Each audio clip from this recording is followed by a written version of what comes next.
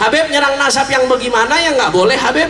Yang berarti apa yang nggak boleh, jangan saya yang jelaskan, biarkan Imam Al-Hafidh Al-Munawi dari kitabnya Faidul Qadir Bisyarhil Jami' As-Saghir, juga dari kitabnya Taisir, beliau menjelaskan yang dimaksud dengan ta'an fin nasab yang dilarang oleh Nabi binahwi qadhin fi nasabin thabata fi zahiri syara', yaitu menyerang nasab yang diakui dalam pandangan zahirnya syariat, bi an yaqul fulan laisa min dzurriyyat fulan. Beliau mengatakan orang Purwakarta sadaya anak udah tahu yang namanya A itu anaknya si B, si B itu bapaknya si A. Tahu-tahu datang dari luar orang bilang itu si A bukan anaknya si B, si B itu bukan bapaknya si A, padahalnya orang luar, nggak ada urusan. Itu namanya perbuatan jahe. Kalau katanya orang Purwakarta kehet, saudara. Apa? Orang kompak apa? Kehet. وسهلا بالنبي أهلا وسهلا بالنبي أهلا وسهلا بالنبي أهلا وسهلا بالنبي أهلا وسهلا بالنبي خير الأنام العربي خير الأنام العربي أهلا وسهلا بالنبي أهلا وسهلا بالنبي أهلا وسهلا بالنبي أهلا وسهلا بالنبي أهلا وسهلا بالنبي خير الأنام العربي خير الأنام العربي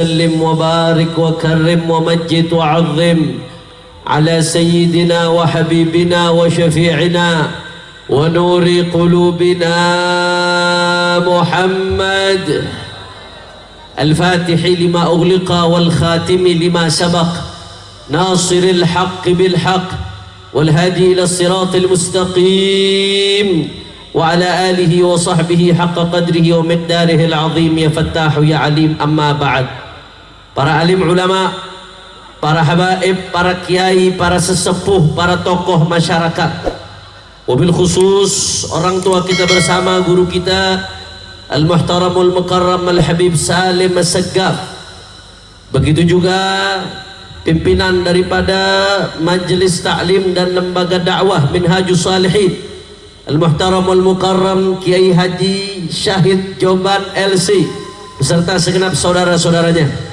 Juga hadir di sini ada guru kita Kiai Haji Ahmad Sobri Lubis, ada Kiai Haji Bakhtiar Nasir, ada Gus Wafi, dan semuanya para kiai, para sesepuh tidak saya sebutkan satu persatu tanpa mengurangi rasa hormat saya kepada beliau semua.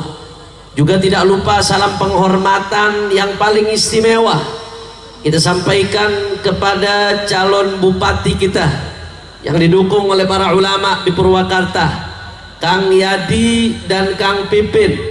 Mudah-mudahan dimenangkan oleh Allah, ditolong oleh Allah, amin ya rabbal. Dan salam penghormatan yang paling istimewa saya hadiahkan kepada hadirin hadirat, muslimin muslimat, mukminin mukminat yang hadir pada malam hari ini. Semua angkat tangannya, kita minta sama Allah, mudah-mudahan tidaklah kita keluar dari tempat ini kecuali semua dosa kita diampuni oleh Allah. Yang sakit Allah angkat penyakitnya, Allah sehatkan badannya. Semua yang hadir dilapangkan rezekinya, diberkahi kehidupannya, amin ya rabbal. Ahiba'il kiram, pada malam hari ini kita sama-sama berkumpul di bulan yang mulia, bulan Rabiul Awal yang penuh dengan cahaya Rabiul Anwar, tidak lain dan tidak bukan dalam rangka memperingati Maulid Agung Baginda Nabi besar Muhammad sallallahu alaihi wasallam. Saudara, Nabi yang kita rayakan maulidnya pada malam hari ini adalah Nabi yang Allah katakan dalam Al-Quran, surat Ibrahim. Faqala ta'ala a'udzu billahi minasyaitonir rajim. Bismillahirrahmanirrahim. Alif lam ra.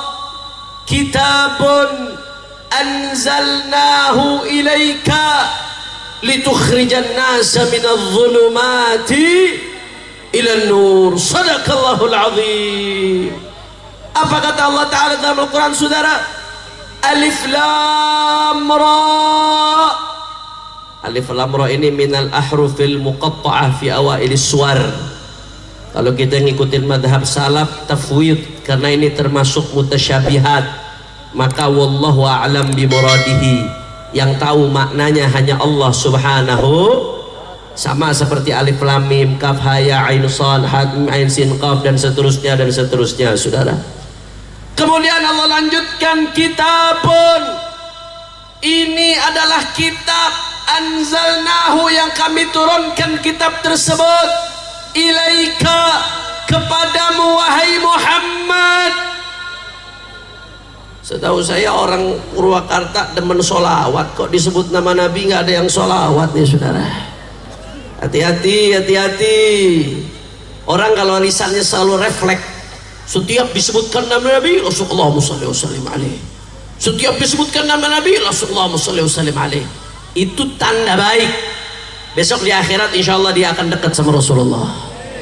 Karena dalam hadis sahih Rasulullah mengatakan, aqrabukum minni manzilatan yaumal qiyamah aktsarukum salatan alayya.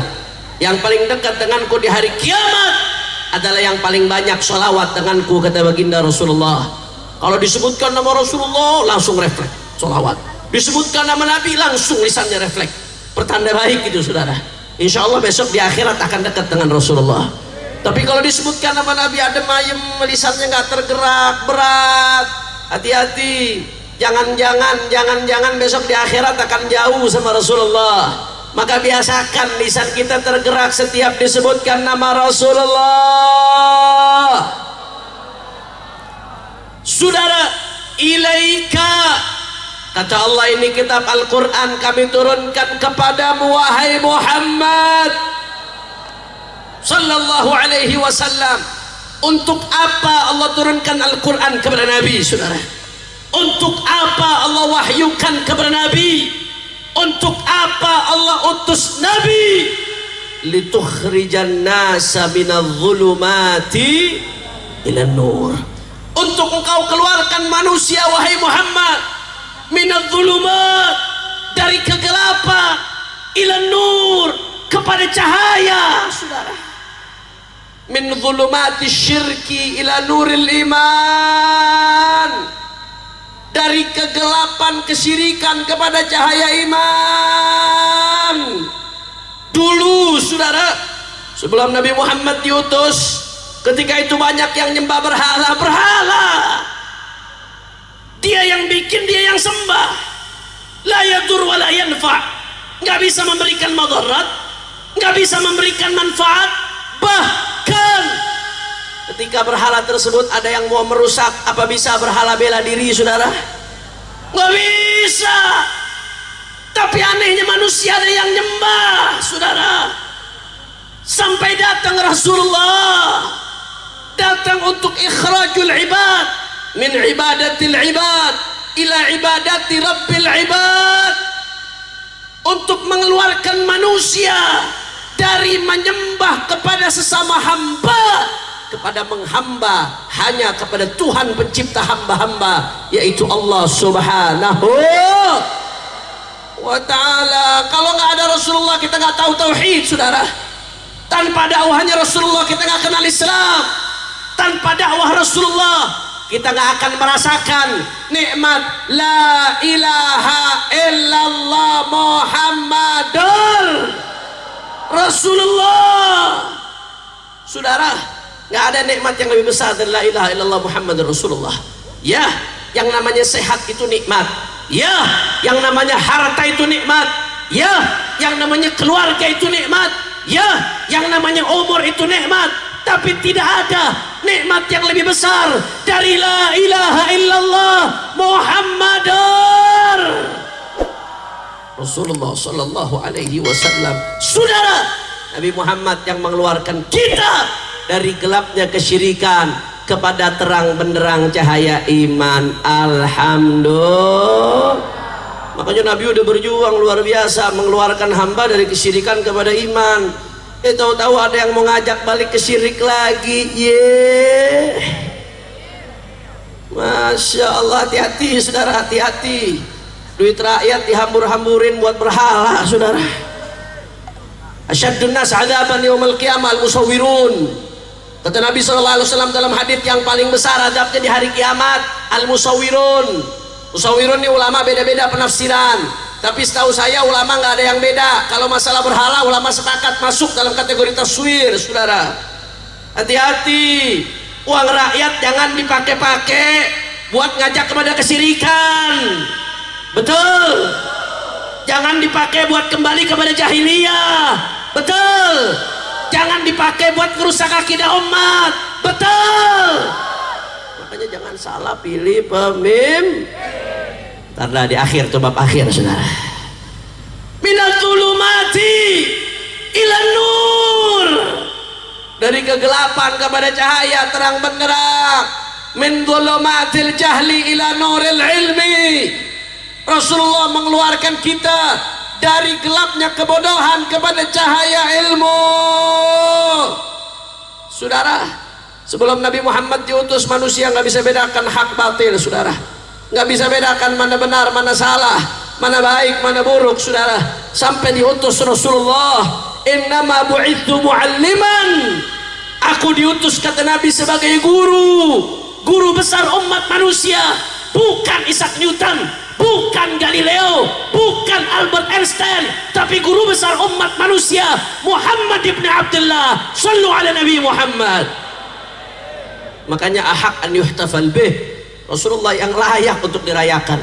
Umat manusia dari Maroko sampai Merauke, dari Masyrik sampai Maghrib, rame-rame mengenang Rasulullah. Beliau pantas untuk dirayakan saudara.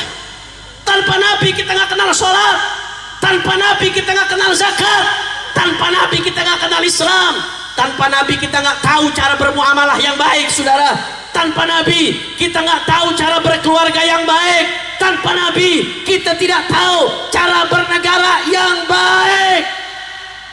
Nabi mengeluarkan kita minadz zulumatil jahli ila nuril ilm, dari gelapnya kebodohan kepada cahaya ilmu. Alhamdulillah. Minadz zulumati ila nur, Rasulullah mengeluarkan kita min zulumatil jahiliyati ila nuril Islam, dari gelapnya jahiliyah kepada cahaya Islam saudara. Oh, kalau kita mau jabarkan saudara, satu kitab ada ulama nulis bagaimana Rasulullah mengeluarkan manusia dari jahiliyah kepada Islam. Saya kasih contoh sederhana dah, yang urusan bab-bab perempuan. Ini mumpung bu, ini ibu-ibu banyak tapi yang jawab sedikit, jangan-jangan kuntilanak kita sih. Bu, sehat bu? Alhamdulillah. Saudara, perempuan aja sederhana. Dulu bagaimana di masa jahiliyah perempuan itu diinjak-injak saudara, dianggap aib.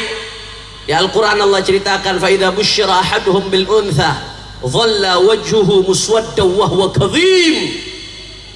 Orang-orang Arab jahiliyah dulu kalau dapat kabar punya anak perempuan, mukanya marah, nggak gembira saudara, marah, saking menahan malu, menahan aib, marah orang-orang jahiliyah. Mereka takut, alasannya nanti kalau perang kalah, anak-anak perempuannya akan diambil jadi budak saudara, khawatir akan jadi aib di kemudian hari. Akhirnya apa yang terjadi? Dikubur hidup-hidup bayi-bayi saudara. Banyak, walaupun nggak semuanya, tapi banyak bayi-bayi jahiliyah dikubur hidup-hidup. Jahat atau tidak? Jahat.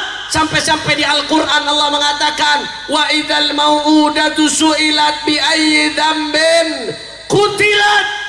Ketika bayi-bayi perempuan itu ditanya, karena mereka dikubur, atas dosa apa mereka dikubur?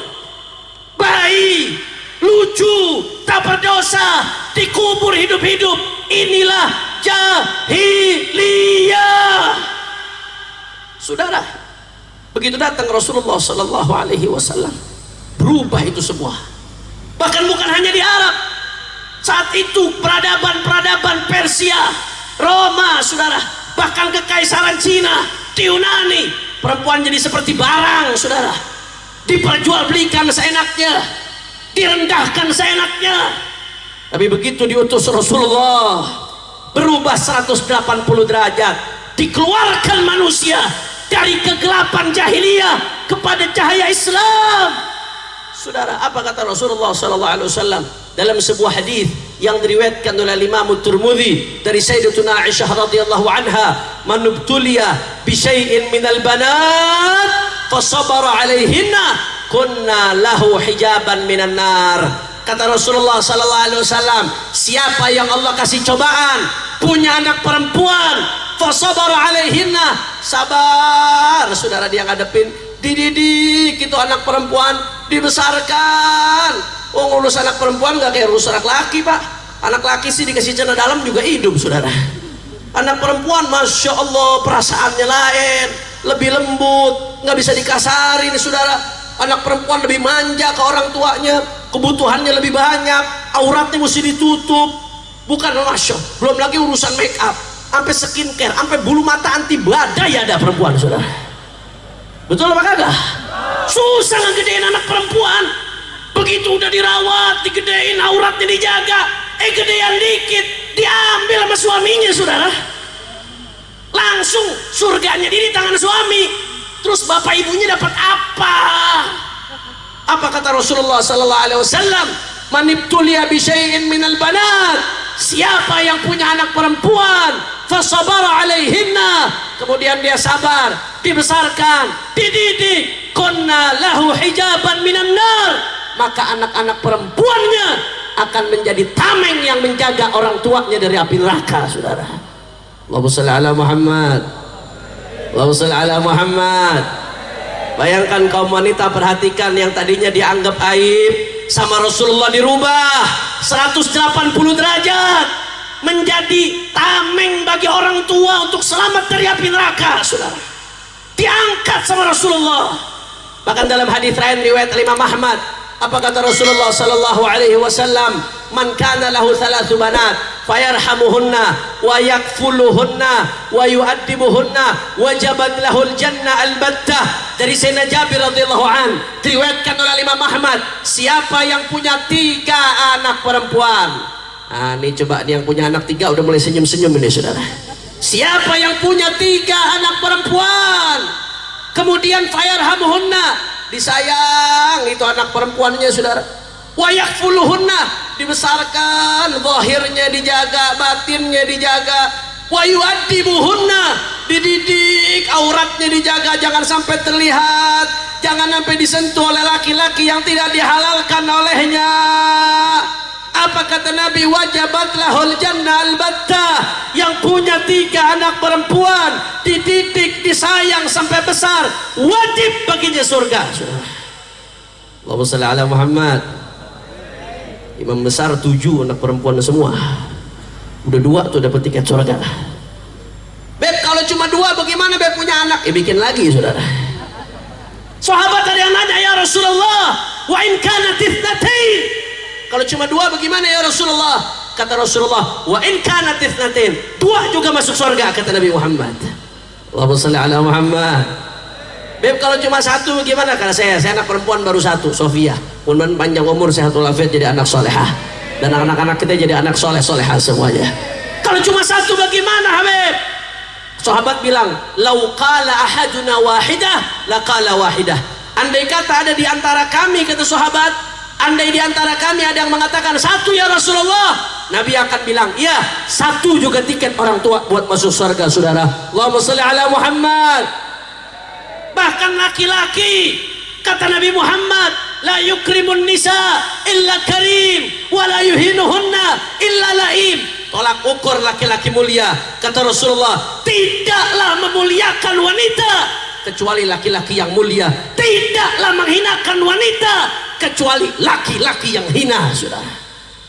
Masya Allah, diangkat sama Nabi dari dianggap aib, dianggap seperti barang, diinjak-injak oleh jahiliyah, diangkat oleh Rasulullah, dimuliakan, diagungkan, ditaruh taruh di tempat yang terhormat. Minadz-dzulumati ilan nur. Makanya kalau belakangan ada kaum feminisme yang teriak-teriak emansipasi wanita, saudara, Masya Allah, teriak-teriak tentang kesetaraan dan lain sebagainya, tapi jilbab dipermasalahkan, tapi urusan perempuan keluar harus izin suami diributkan, saudara, tapi urusan akhlak wanita diributkan. Mereka dusta, mereka tidak ingin melindungi wanita, saudara. Justru Rasulullah yang melindungi para kaum wanita, disuruh pakai jilbab, diminta supaya tidak disentuh kecuali orang yang menghalalkannya, diminta supaya dijaga kehormatannya. Untuk apa? Karena Rasulullah ingin memastikan jangan sampai perempuan-perempuan ini disentuh kecuali orang-orang yang memperjuangkannya, saudara. Tapi kaum feminisme, orang-orang barat yang teriak-teriak soal kebebasan, mereka hanya ingin supaya wanita-wanita muslimah rambutnya bisa dilihat siapapun, auratnya bisa dilihat siapapun, bisa disentuh siapapun. Mereka ingin menjerumuskan kaum wanita. Makanya gak ada yang lebih pantas diidolakan oleh kaum perempuan melebihi Rasulullah. Gak ada yang lebih pantas diidolakan kaum wanita melebihi Nabi Muhammad. Karena Rasulullah yang paling pengertian terhadap kaum wanita, saudara. Jangan sampai keluar dari tempat ini masih ada ibu-ibu yang lebih ke fan kepada apa namanya K-pop itu, saudara. Jangan ya, Dek, ya. Jangan. Betul atau tidak? Betul atau tidak? Minadz-dzulumati ilan nur. Nabi mengeluarkan manusia dari kegelapan jahiliyah kepada cahaya Islam. Rasulullah ini berjuang, Pak Bu, ngeluarin kita dari kegelapan jahiliyah. Nabi berjuang habis-habisan, mati-matian yang dilakukan oleh Nabi Sallallahu Alaihi Wasallam, sampai dicaci, dimaki. Nabi dilempari batu ketika di Taif, Nabi dilempari kotoran ketika di Mekah, lagi sholat dilemparin kotoran, saudara. Nabi sampai diboikot, Nabi sampai hijrah, mereka pengen bunuh Nabi, saudara. Luar biasa perjuangan kita punya Nabi. Jangan sampai kita malah balik lagi kepada jahiliyah. Makanya Nabi wanti-wanti, arba'atun min umuril jahiliyah la yatrukunahun. Jadi kata Nabi membanggakan nasab perbuatan jahiliyah. Ini hadis sahih riwayat Muslim. At-ta'nu fil ansab, nyerang nasab orang lain juga perbuatan jahil. Bahkan dalam hadis lain juga riwayat sahih Muslim, kata Rasulullah, ithnani fin nasi huma bihim kufrun. Ada dua perbuatan di tengah orang, dua perbuatan ini merupakan bentuk kekufuran. Apa dua perbuatan tersebut, saudara? Satu diantaranya kata Nabi adalah at-ta'nu fil ansab, nyerang nasab orang lain. Jadi yang namanya menyombongkan nasab jahiliyah, tapi nyerang nasab orang lain juga perbuatan jahiliyah, bahkan disebut kufur oleh Nabi. Maksudnya kufur di sini min khisalil kuffar, termasuk kebiasaan orang kafir. Kalau dilakukan oleh muslim minal kabair, termasuk dosa besar, saudara. Na'udzubillah min. Habib nyerang nasab yang bagaimana yang nggak boleh, Habib? Yang seperti apa yang nggak boleh? Jangan saya yang jelaskan, biarkan Al-Imam Al-Hafidh Al-Munawi dari kitabnya Faidul Qadir Bisyarhil Jami'us Shaghir, juga dari kitabnya Taisir.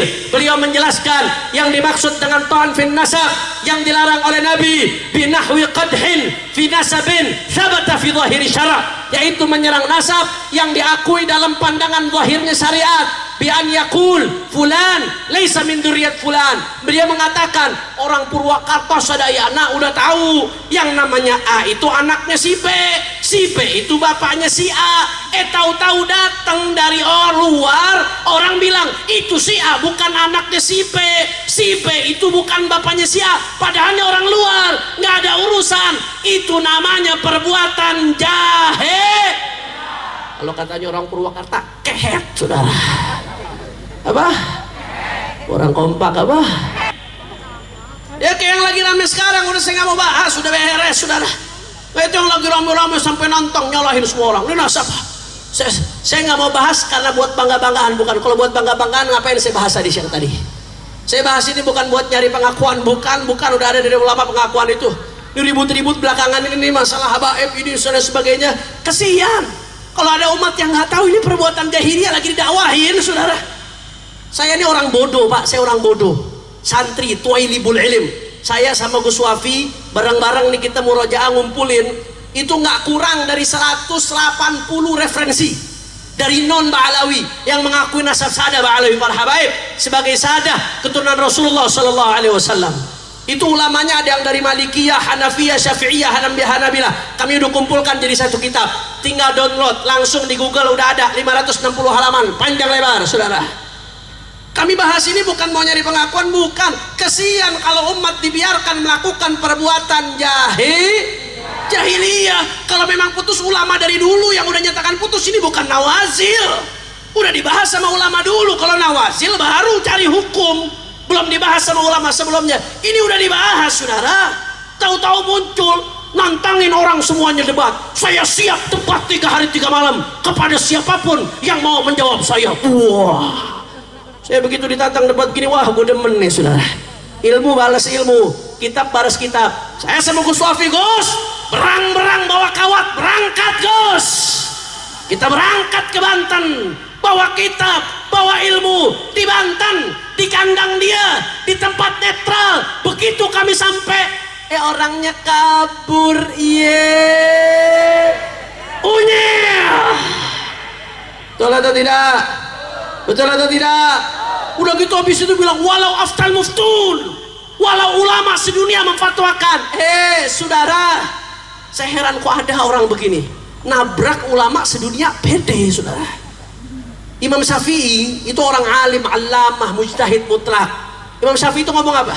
Ra'yu shawabun yahtamilul khata' wa ra'yu ghairi khata'un yahtamilus shawab. Pendapat saya benar tapi bisa salah.